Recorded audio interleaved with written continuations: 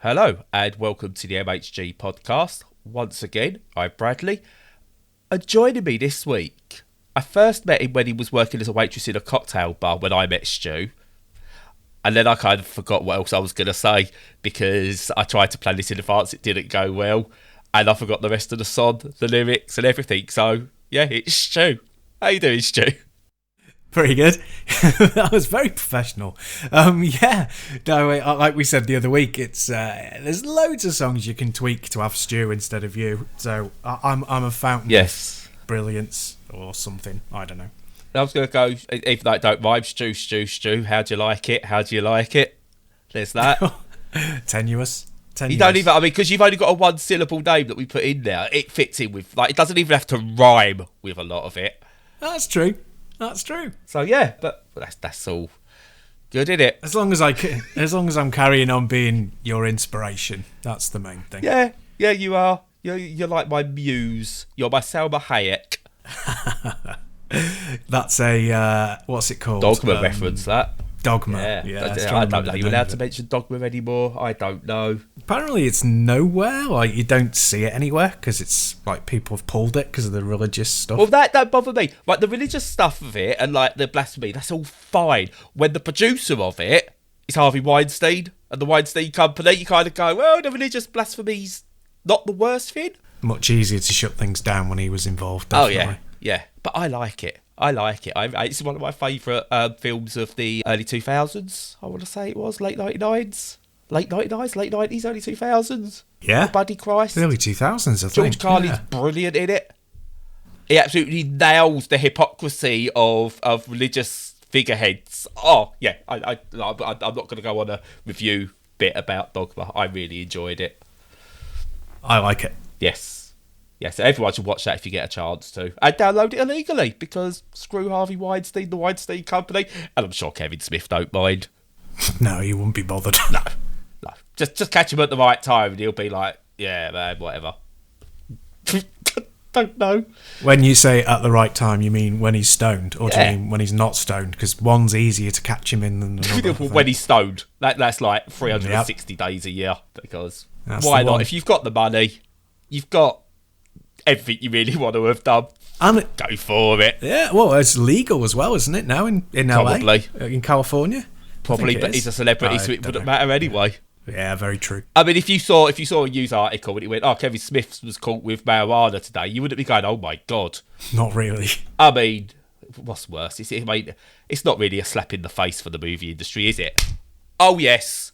Look at that. Very, very good. Very good. Yeah. And I didn't even plan that at all. Yeah. A verbal meme around that is very good. I've seen loads and loads of, little picture memes of it, but that was a good, solid, connection, if you were. Hey. Yeah, there's so many. Actually, that's a discussion for another day, because there's so much to actually discuss about that and who could make comments and why it's okay for people to comment, but why, we can't shut down comedy, but comedy's got to evolve and blah. Do you know what else has got to evolve? What's that? The video game Evolve, which is a video game. So let's talk video games. Oh, that was awful. It was. I just take some paracetamol now because that really hurt. The sinuses. God, what have you been playing, Stu? Well, I've been playing a Neo Geo game, as you wouldn't be surprised, because now that I've got one, that's going to be everything. But unfortunately, the thing has packed up on me, and yeah, I know. And I thought it was because of some work that I did, but I spent, conservatively say 3 hours looking at the stuff that I'd done to it, see if it was my fault, and it doesn't appear to be. So something else has happened. So I'll probably have to spend another 10 to 12 hours trying to figure out where it's gone wrong. That'll be fun. But up until that point, I was playing Viewpoint, and if nobody knows what that is, which they probably don't, it's a isometric shooter in the sort of same style as Zaxxon, going back, millennia, where you pilot a little ship, you blow stuff up, and that's about it. And it's renowned as being really, really difficult. So I used to own this. I owned it when I first had an AES. Again, sold it when I shouldn't have done. I think the PAL version, which is the one that I had, is worth even more now. So it's probably around 500 quid's worth, and I got it for like 50 quid or something back in the day. So yeah, nice. But if we go on to that talk about how much money has been left on the table by me selling retro stuff, we'll be here for a while. Anyway, so you go along, you shoot stuff. It has two notable features. One is that it's incredibly hard, but we'll come to that in a minute. And two is that it's incredibly beautiful. And it was a real standout, particularly for the time, because I think what they were going for is like a polygon look, but done with sprites. Yeah. And what it looks like in using today's eyes, and even though my eyes are old, I still class them as today's eyes, if that makes any sense whatsoever.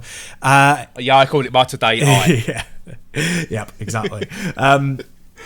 Is that it looks like papercraft. It kind of, your brain doesn't automatically, well, mine didn't, automatically go, oh, that they're trying to look like polygons, but they're not. It went to, oh, that's a really nice aesthetic choice because it's so angular, it looks like beautiful papercraft. And a lot that visual style, that aesthetic, along with the fact that it's got this strange jazzy soundtrack that doesn't normally get paired with shooters, apart from Darius Gaiden, it's really unusual. And I mitigated I was like, right, okay. So I started off cheating, like with invincibility, and then I was like, no, I'm not joining it, it's too easy and pointless. I'll go for infinite lives, because when you die you get set back quite far in the level, so it's not just like, oh, infinite lives you're going to breeze through like you would with invincibility. Yeah. So infinite lives, and then I was like, oh no, because I'm not really getting better and I'm getting set back all the time. So then I went for, well, I have infinite special weapons, and that was pretty good, because I think that unfortunately the game gives you underpowered weapons. You get a regular shot, which can be charged up, and you get pods like you do in stuff like, Gradius and R-Type, and they fire normal shot. And you get like a choice of a special weapon that is supposedly screen clearing, but some enemies don't get destroyed by it. So it's like a secondary weapon, but not very powerful. So it's like choosing an infinite amount of that is not game breaking, especially as there's a cooldown on its use. Even if you stick it on infinite, good way of balancing a very unbalanced game. But then I was doing that, and I'm like, because of the thing where I don't want to die, because I don't want to get set back too far, I'm actually doing quite well at this. I'm going to try it just playing it normally. And I got to a point, and this is after about, 7 hours play, 8 hours, of I could get to level 3 without losing a life. And it's a 6 mission game, so I can get, not all halfway through, I can get to like just under halfway through on 1 credit already. And it's really hard, but I've learned a way of doing it. I've learned the game, and I'm really quite impressed with myself for doing it. And really, it was just to say, yeah, it's a great game and it's really hard, but because I put the effort in to get better, because I really enjoy it, it's actually really paid off, and that doesn't happen for me all that often, so I was really chuffed. Yeah, no, that's all I'm getting from you there is we're going to get a 1 credit run at some point. I'm really, really hoping so. It doesn't happen very often with me, I can tell you that, but if I can, I'd be really chuffed. Yeah, we've got one from you on the site, I believe. Yeah. That was Shinobi. Yeah. That's right, yeah. So I believe, as Edith once said to me when I couldn't see properly to physically do something for her because it required like vision, and she went, "That's okay, Daddy. I believe in you." Oh. I was like, "You sounded really sarcastic." No. From you it does, but I'm sure she was much more. She wasn't. She was being sarcastic. But no, I'd be naive. I've heard of it and I've seen it. I've never played this, so I might boot up a ROM and see what it's like. Yeah, it's not very friendly accessibility wise, because it's very bright. Ah, okay. So it may be one for later. What I might look at is whether, when you're emulating it, whether you can inject a filter and change the colours, because with PC gaming you can do pretty much anything you want. Injecting different palettes and stuff is not beyond the realm of possibility. So I'll have a look if that's doable, because that might help in general for you. Yes. Yeah. Yeah, I might look at that. Yeah, if you can create, if a filter could be created that does, I don't know, like an inverse or sometimes even a simple inverse is fine. I appreciate I'm not going to be able to play some games as intended visually, but at least I can then play them. I mean, I'll let you finish off what you want to say about this because it kind of does lead into a bit of a rant that's about to come up. Well, I'm pretty much done. But the accessibility thing is a real big deal, and I think not with a game that is literally 30 years old. It came out in 1992. Yeah. It's literally 30 years old this year. But now I don't see there being any real excuse. And I was thinking about it. I've been thinking about it like on and off all week when I've been playing stuff, and it's like, having somebody have a developer put in the time to make a specific mode is one thing, and you would hope that a lot could do it. But every game having a toggle that could invert colours or, turn bright whites into greys or stuff like that, it's literally just changing a value, and every game should have that, is my belief. I think that, if Sony want to win some points over Microsoft because they're so far behind in the race, do it at a system level. Have it available at a system level. Really easy to program. And if it breaks, just have a toggle to turn it off if it breaks a game. But then it's there. So anyway, I'll let you speak now because I've been ranting on. No, that's fine because I completely agree with you. Just say it'll be, and everyone goes, oh, it's not easy. Just toggling a dark mode is bloody easy because I can do it on HTML. I'm hypocritically that I've not actually been able to see well enough to do it on our site yet. I will get it done. But it's HTML, it's 2 separate CSS files, one dark, one light, off you go. You could do that in a game. Yeah. You could do that in a game. If I could do it on the website, you could do that in a game. Yeah. So, there are no excuses.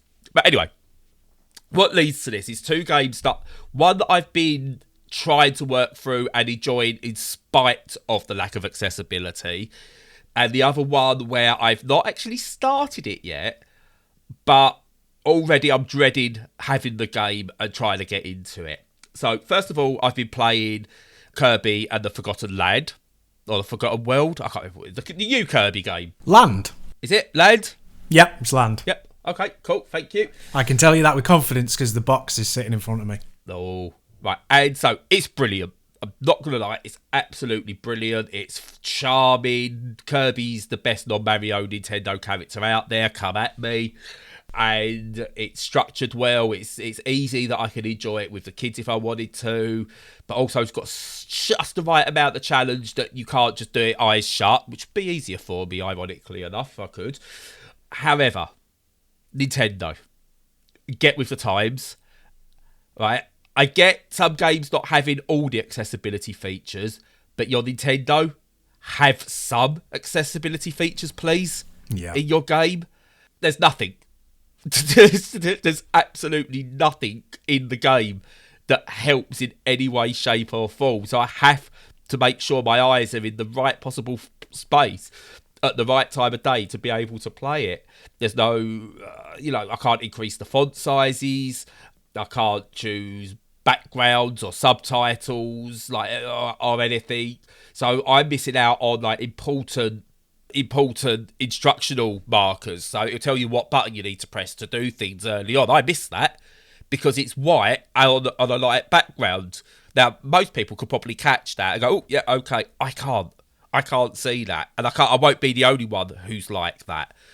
There's no remappable controls within the game. I can't remember if there is system level, but again, make it clear because I can't remember if there is. It's got to be, the ability in the game. If you've got system level mappable controls and someone wants to do that, let people know that in the menus as well. But just nothing, not even the basics. And it's a shame because it's a really, really good game. I said before, one of the best characters Nintendo have ever produced in a new world that is just, it should be celebrated. This is a game, but Nintendo show how far behind the times they are in every aspect but gameplay. They really do. They get away with it because it's Nintendo. But I'm sorry, I'm going to start saying this now. They can't get away with it's Nintendo anymore. They just can't do it. No, and, if you're going to be a capitalist enterprise and everything's supposedly global, then you should be picking up tips and tricks and behaviours from other countries and cultures, and adding accessibility options has got to be one of them. And, it feels as though Nintendo have gone, kind of lost their way a little bit in setting this game out. And by that, I mean that they put in big, easy-to-read fonts and simple words and primary colours and big, chunky sprites. Not sprites anymore, but you know what I mean. Yeah. Character models. And they're like, that's because that's what kids like and we're making a kid game. And it's like, well, no, kids stuff is like that because the brain development isn't there. So everybody likes it, but for kids, they need it because their brains are not able to distinguish things as well because the brain hasn't developed as much. So the reason why we use big fonts and the reason why we use very, contrasty colours and stuff like that is to aid the enjoyment of kids from an accessibility viewpoint. And they seem to have lost that connection in their minds. They're like, we're producing it this way because people like it and kids like it. And it's like, well, no, there's a root cause behind it. There's a reason why it's originally done that way. And I think that's what's lost. Because when you remember that, then you go, oh, but what about people who won't be able to see that colour? Yeah. Oh, but what about people who... Okay, so this font is great, but then when we go into conversational text, it's dead small because we're assuming that we're dealing with kids who tend to have really good eyesight because it starts degrading when you get older, and they'll be wearing glasses if they're not, blah, blah, blah, blah, blah, and it's just not putting that level of thought into it that is very disappointing. No, and when you're Nintendo and you've got a character like Kirby who's been around since, I want to say the 90s. I can't remember if he scraped the 80s or not. But it's been around 30 years as a character, as Mario has and stuff like that. Yeah. And yes, you originally made those games aimed at a younger market. Those younger kids are now into their 30s, 40s, 50s, 60s. Yeah. Their bodies are falling apart because that's what happens when you get old. You mentioned, like, I'm talking on the visual point of view. They could do audio cues in there as well, would be nice for people. There's no visual... I don't think there's enough visual clues for people hard of hearing.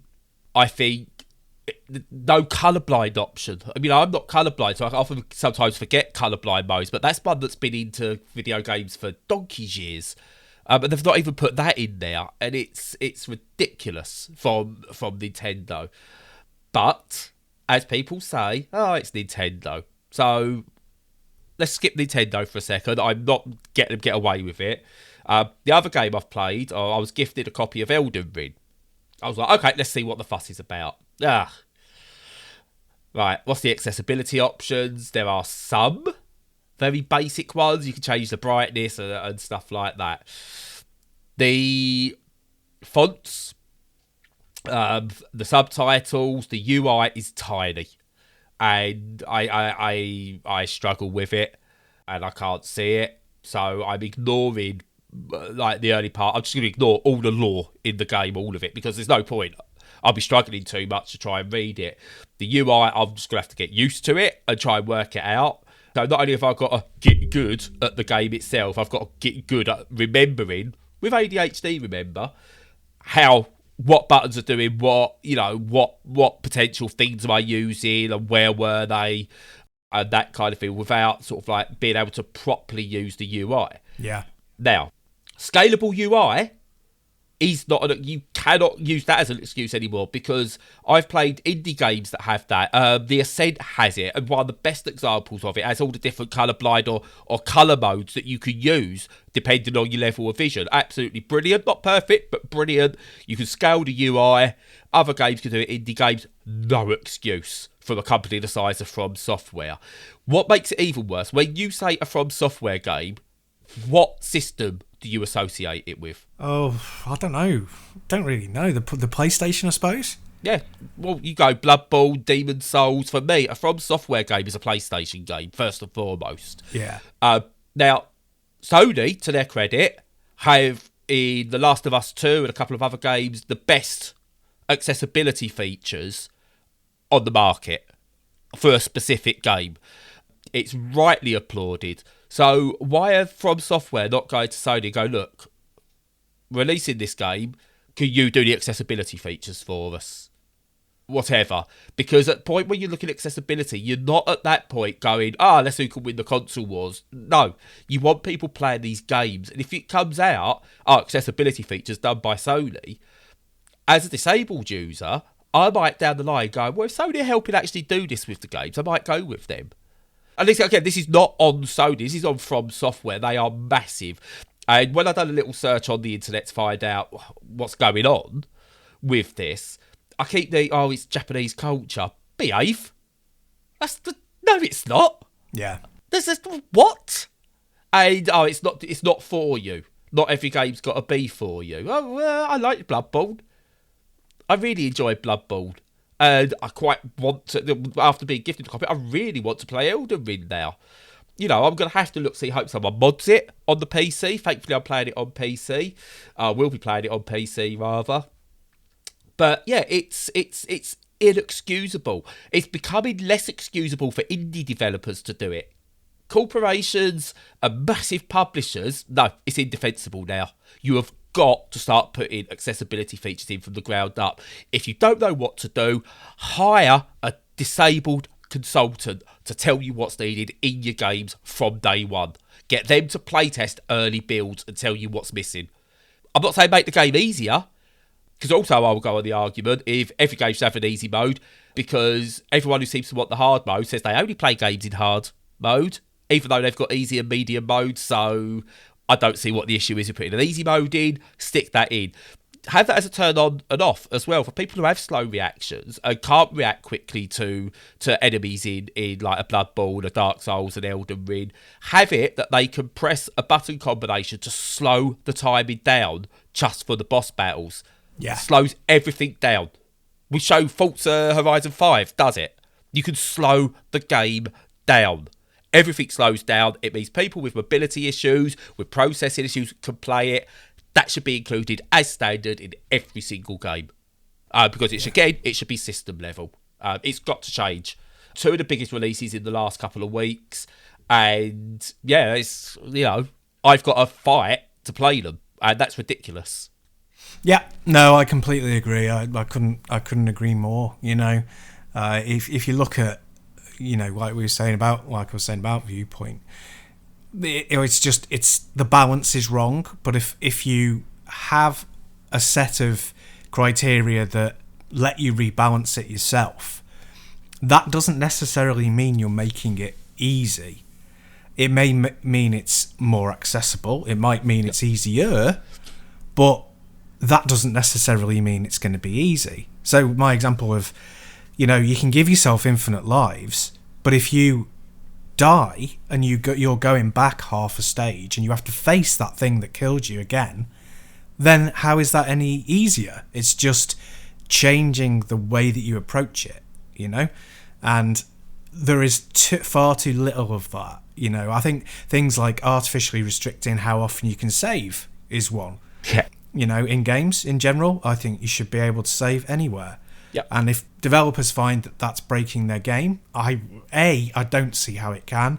I don't think it ever made Doom or Quake or any of the early FPSs any easier. You just, because you still had to face the obstacle that killed you. And in terms of accessibility options, in terms of sight, hearing, control, all of those sorts of things, like you say, what's the excuse for not having a disability consultant these days? There isn't one. Yeah, no, totally agree. The other thing you've got as well, the argument you get with that is, you can't do pausing online. Well, depends. Okay, if you have a filter that says, I want to play only other people who will agree to pause it because I have a disability or whatever, then you can be matched with other people who are willing to pause an online game. And it is doable because you can pause in FIFA. You've got to wait until the other person agrees or the ball goes out of play. I get that, but if you're with someone, say you're playing in a Minecraft thing, and you've got with a bunch of mates, and everyone goes, Okay, yep, we all agree to a pause. That's fine. We'll all press start because you said you need to press start because you need to take a break. Should be doable. You know, again, if you want to go ranked and you don't get ranked against someone who doesn't want to pause, that's fine. You don't play with them and they don't play with you. You can do that. Yeah. Simple as. Yeah. You just have a lobby that doesn't have that feature. Yeah. And then people who don't want that feature don't go in that lobby. Yeah. You know, absolutely simple. I used to be like, when I used to play FIFA, I was big on, I had no assists when I played FIFA. So I'd done all manual passing, manual shooting, manual crossing, the whole lot. And I never got the option to play against other people who'd done that. So people would have the assists. I was like, I can't play people. And then I realised, actually, that if I play it now, I need the assists. I need it. But again, where's the option to allow people to play people who play like them as well? It's all doable. It's all doable. And it's nickel and diming is the. It's not laziness. I think it's nickel and diming from the publishers. They don't want to spend the money on accessibility, so the devs can't spend the money on the disability options and accessibility. I think it's partly that. I think it also might be their fear of failure and of not going far enough and them putting themselves on the map. So what I mean by that is if you put a few features in, then you are ironically more likely to get called out for not having it complete or not having sufficient features or them implemented badly than if you don't put any in whatsoever. And I think there's a fear there. It's like, oh, well, let's leave them out then. And then we won't get criticised, ironically enough. Whereas if you put a few in but not enough, then you'll probably end up on a radar and get more criticism, which is right. It's the way it should be. So people should... And Ron, at the same time, actually, because I think if you put a bunch in and you miss some, then yes, you need to be called out and go, look, these are missing. But for me, and this is where I think the disabled community as well can help, is instead of calling out those that have tried and got it wrong, call out those that haven't tried. You know, I could play a game and go, oh, look, they've got all these accessibility options for deaf people or people with no motion. I get that's great. There's nothing there for the blind. But I appreciate they've gone to the effort. It's like the people like behind Shredders. I raised it with them and they've said, look, we're not sure what we can do, but we are going to look into it. And that's brilliant. That's all you ask for.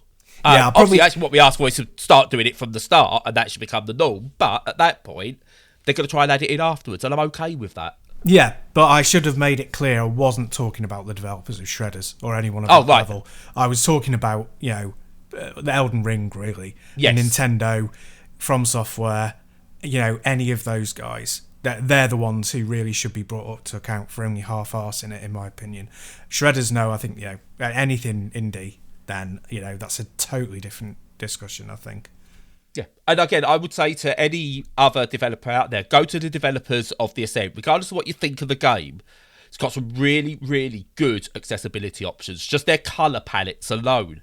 Oh, that's brilliant. If you could put those colour palettes that they've produced onto a game like Forza Horizon 5, superb. You kind of got a lot of what you need there because it allows someone like me to be able to not be as wary about the really bright areas because the colour palette will help me through. So speak to other developers about what's out there. I'm sure developers are willing to share. If they're not, then screw them. But I'm sure they are willing to share. Yeah. So yeah, that's enough of my rant for these particular games at the moment. What else from you, Stu? Well, it's disappointing that you can't talk about Elden Ring because then at least one of us would be able to. It would be in the biggest game of the year, going to sweep all the awards. Nobody else is going to be talking about anything else for a while, and definitely... It's not going to sweep all the awards. I've already played better games than Elden Ring, so... Well, you just haven't heard of them. It's not going to sweep all of our awards. It's going to sweep everyone else's.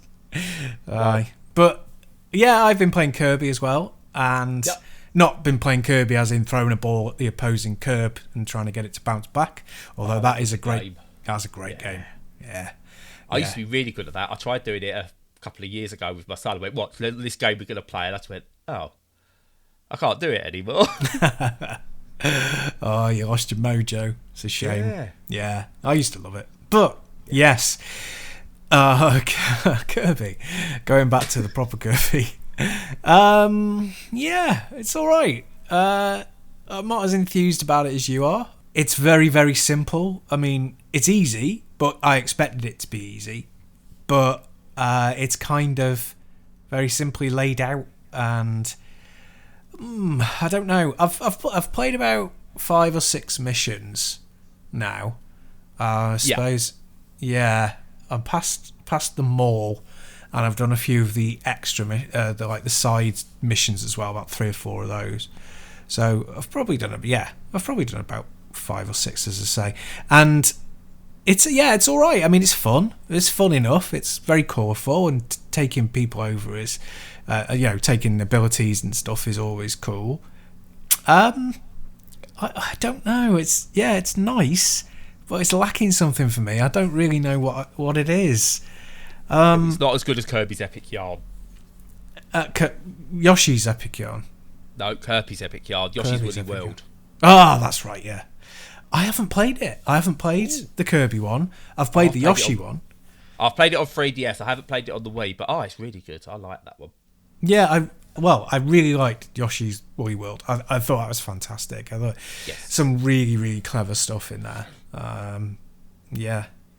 But, I think there's clever stuff in this, but I don't know. It's just not really clicking with me that much, to the point where it's like, it's fine, it's enjoyable enough. It passes the time. We can stick it on for a while, but I don't really get the hype. You know what I mean? Yeah, no, I totally get you. So it's not the second coming. I will just say it feels like Mario Odyssey Light in a lot of places. Yeah. And I mean that in a good way. There's nothing wrong with that. And what I like about it is it's one I can play with like Edith, and I know she's going to be able to play it. Whereas you play other games with a 5-year-old, and you kind of like, it's just frustrating. They can sort of get it, but not enough. And I don't want to be like shouting at her, going, "Oh, you're doing it wrong, I'll do it this way," because it's going to put her off game. So with this, it's easy enough that she can just fumble her way through it, which I like. But the idea is, she's like sucking everything in. She finds it hilarious. And so there's that aspect of it. As a long-term gamer, it's got nothing that I haven't really seen before. And I think it loses a bit. That original reveal, that aesthetic on that original reveal where everything was really run down and almost like almost photorealistic, and then Kirby pops in. I wanted that to be the aesthetic, and I don't think it's quite that. I can't quite put my finger on why it's not, because it clearly is in places, but it's not. It feels too cartoony, the worlds. And I want that release trailer. That's what I want. Yeah. But yeah, it's a good game. And there's nothing wrong with that. Yeah, it's fine. It's best I can say. Yeah, I'm enjoying it. I'm a simple person.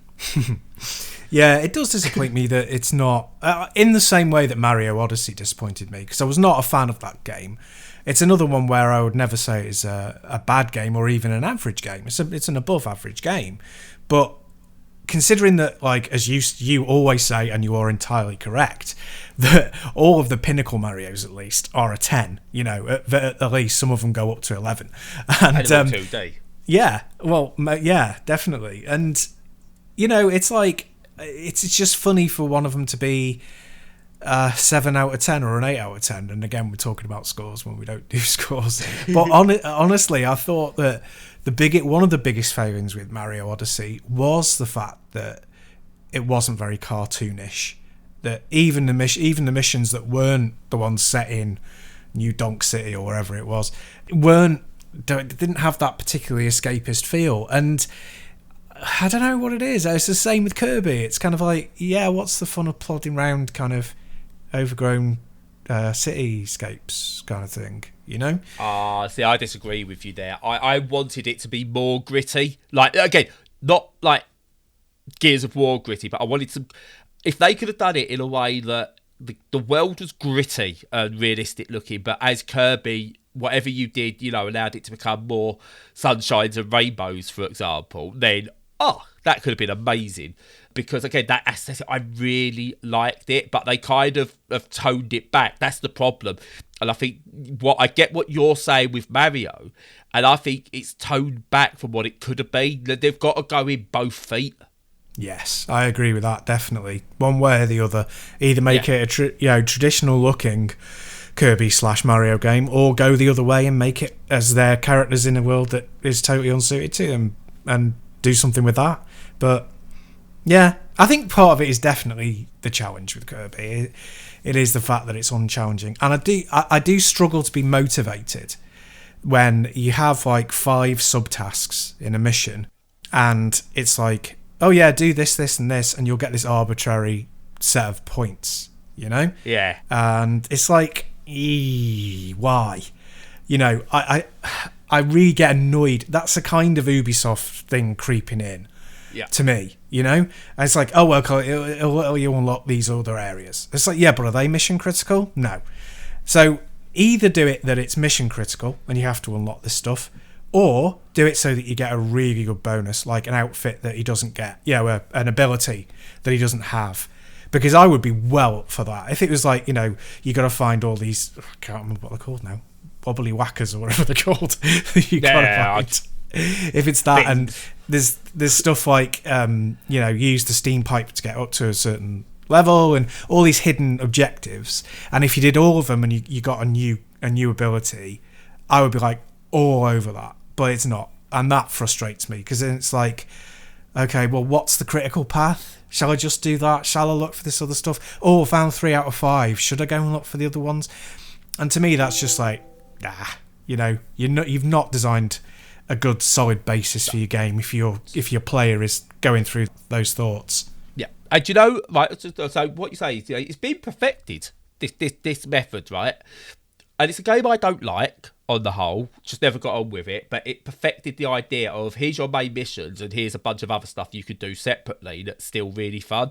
And that's the original Metal Gear Solid.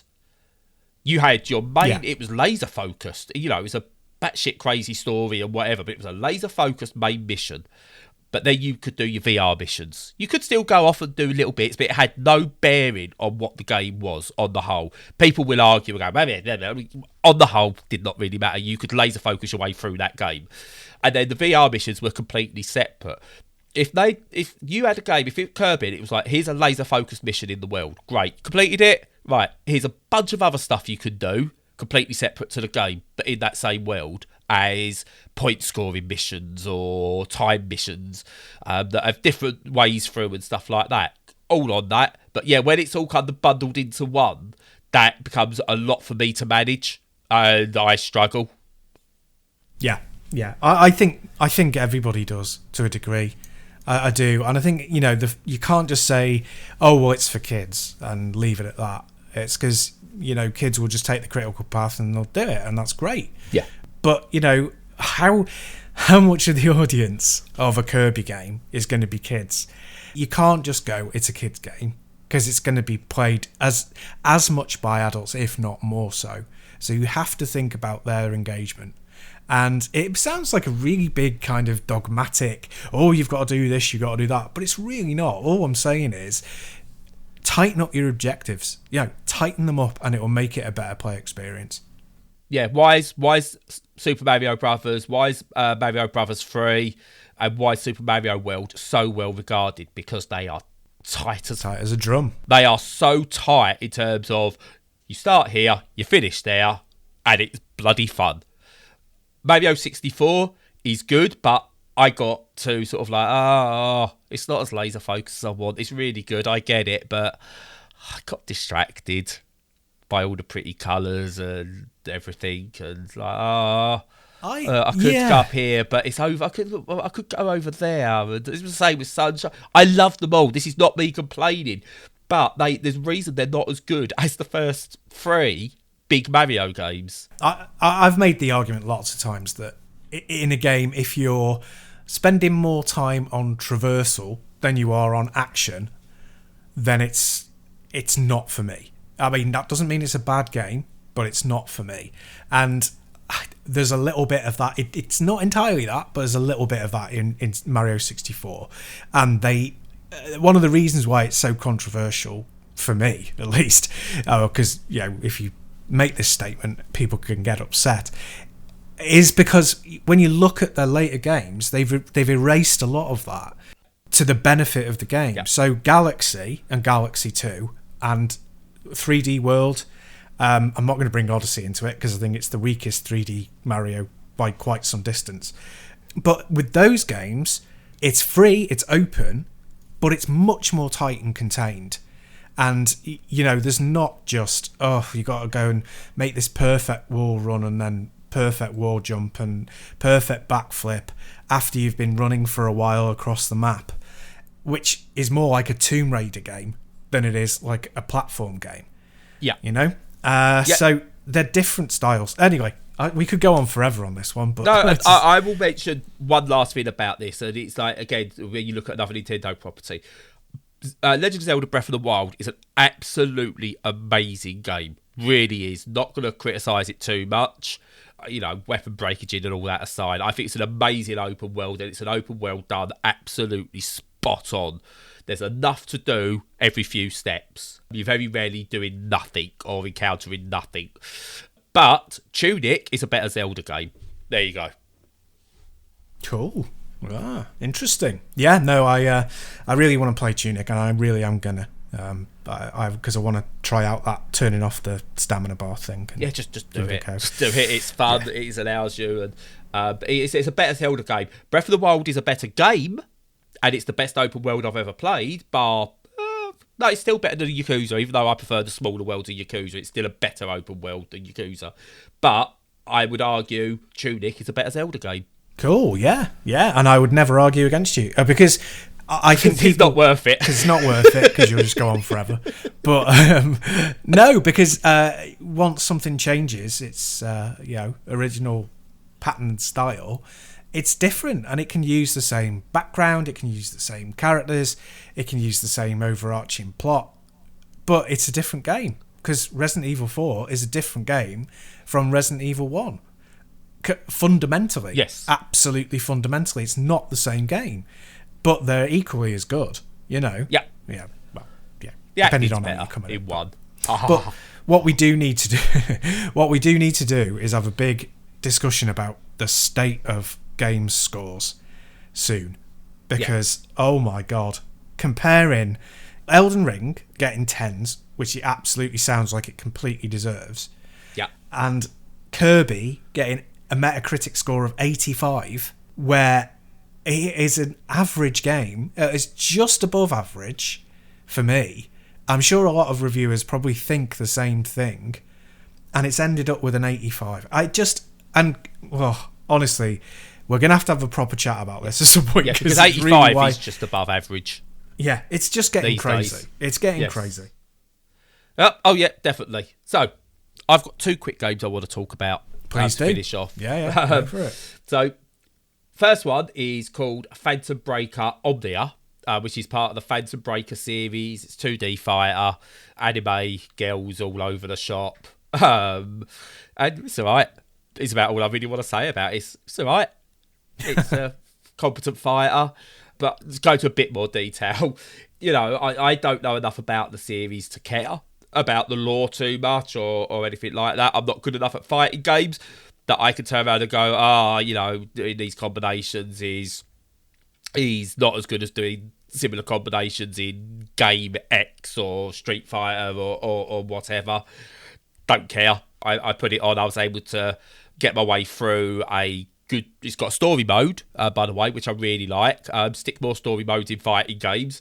It's got a single player game that has arcade score attacks, time attacks, etc. Online and local multiplayer and training. All stuff like that. Really well done. The fights seem fine. All fighting games I start off by going, right, I know some Street Fighter commands, so let's do those. And it does stuff in this game. So, yeah, happy with that. I can shoot lasers or whatever, or magical powers out of swords and arms and probably every other orifice because it's anime. It's animated well, not as good as... remind me, what's that one that's pretty much a cartoon that you're fighting? Guilty Gear Strive. Guilty Gear. Yeah, the Guilty Gear games, animated, but nothing's as well animated as those games. Nope. But yeah, it's just fine. What I will promote... So there's not many accessibility options. You can do screen brightness, essentially. But This is where they offshoot this. You can change all the sound levels, which is really good. The UI in the game doesn't need changing because I can see what it wants me to do. It's not bright, but it's colourful. The text is a decent size and everything. So, yeah, I could argue this. It could do with more accessibility options just to tweak it. But they've spent time on getting a decent UI. Apart from the character select screen where there's so many characters in it that they're tiny. Which is a problem with most fighting games, in all fairness, that the rosters are so big. There's not enough room on a screen. And my other major criticism, I'll say, is it's very fan servicey in terms of the women in it. Oh dear! But it's a 2D anime fighter. What do I expect? I just use this opportunity now to say I absolutely hate that. I absolutely hate it across all games, and I criticise all fighting games. I criticise them all equally for it. It's terrible, and it should be stopped. Oh, yep, totally agree. I would like to see, think about your characters more, but they know their market, and that's the shame. They're playing to their market. I mean, it's getting mixed reviews on Steam, and I did find a review on there at one point, and I can't find it again because I don't know if it's been removed or anything, where the major complaint was they're wearing too many clothes. Oh, Jesus. So, maybe they are heading in the right direction if these girls are wearing too many clothes. They're not. Not for me, they're not. It was like, I don't want to play this in front of anyone I know. God, yeah. But as a fighting game, it's competent. And, yeah, fine. I'll mod it and put them all in dressing gowns, maybe, if I could be asked. Yeah. Done up dressing gowns, not like, obviously, silk see-through ones or anything like that. Like a proper toweling dressing gown. And, yeah. Thank Christ. I refer you back to what I said about Metal Gear Solid 5, where, with Quiet, where I absolutely hammered the things at the base that would allow you to get her in full clothing, because I was so embarrassed of it being on my screen. You can get one uniform for her that actually covers her up, that is actually appropriate wear for somebody in the military, and you have to actually grind to get it, and I did that so that I could stick her in proper clothing.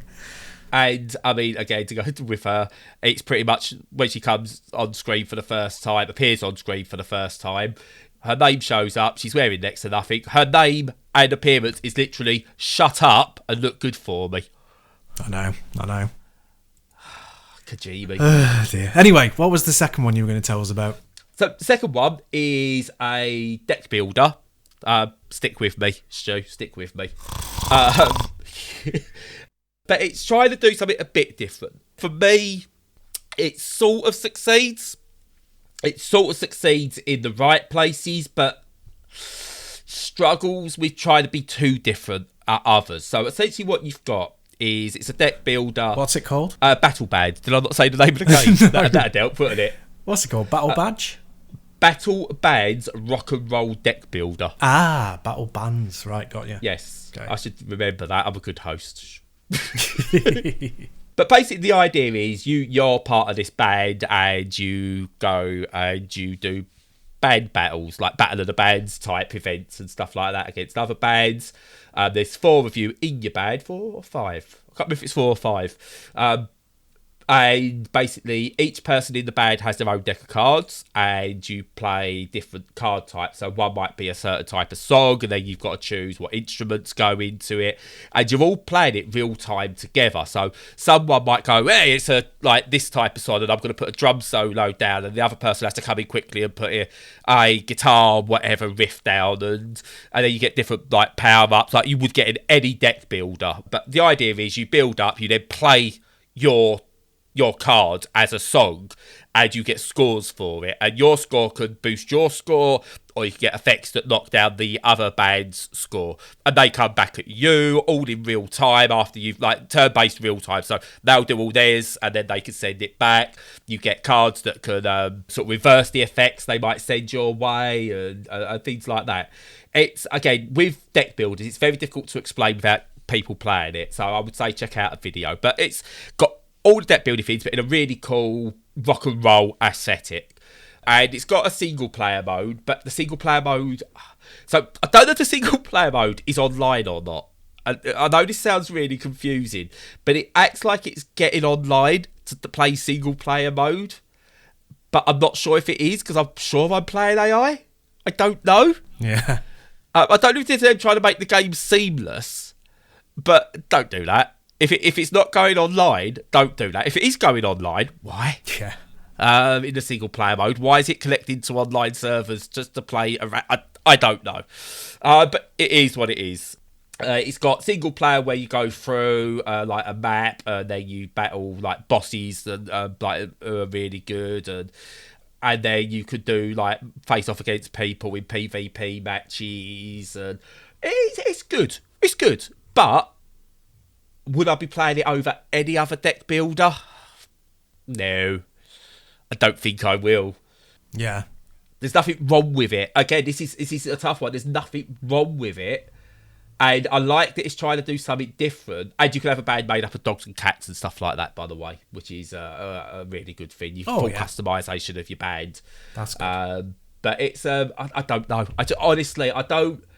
It's not bad. It's not a bad game. It does everything right, apart from this weird online-offline thing. I can't make my mind up what that is. Full customization. There's enough cards on there. It's easy enough to understand once you've played a couple of games, and it looks lovely, but I don't know. I don't know. I want to like it, and I've tried to like it, and I do like it, but just not enough. I feel like I'm, very much in that situation with Kirby, you know. Yes. It's totally fine. I don't want to... It's really hard to say anything critical or negative about it, but at the same time, it's very difficult to find anything that's properly exciting about it. Yeah. Yeah, and I first minute I went, oh my god, this looks really cool, and I like it. And then I just finished my session, and I just went, oh, all right. And that was kind of my reaction to it. Yeah. I had and it's, I mean, again, I've had to go and make sure I'm not an outlier. Everyone generally likes it, on the whole. Reviews are coming in for it on like Steam, and people genuinely like it. But there's no overexcitement. So, again, I suppose if you like rock and roll, and, you know, your identity is you're a video gamer who likes rock and roll, then knock your socks off. I think you'll get something from it. If you're not, it doesn't do anything. If you're a fan of rock and roll but not deck builders, no. If you're a fan of deck builders but not rock and roll, no. It could do with an official soundtrack. I feel like if it had like a Tenacious D backing or something like that, it would be almost spot on. Yeah. But it's missing something to give it that edge, unfortunately. Yeah, fair play. Yeah. But that's it from me. Yeah, and that's it from me. Oh, shut up now. Cool. Yep, so as usual, hope everyone's having a good week and week ahead. Follow us on all the socials. Join us for conversation on Discord. Aside from that, take care of yourselves, stay safe and stay sane.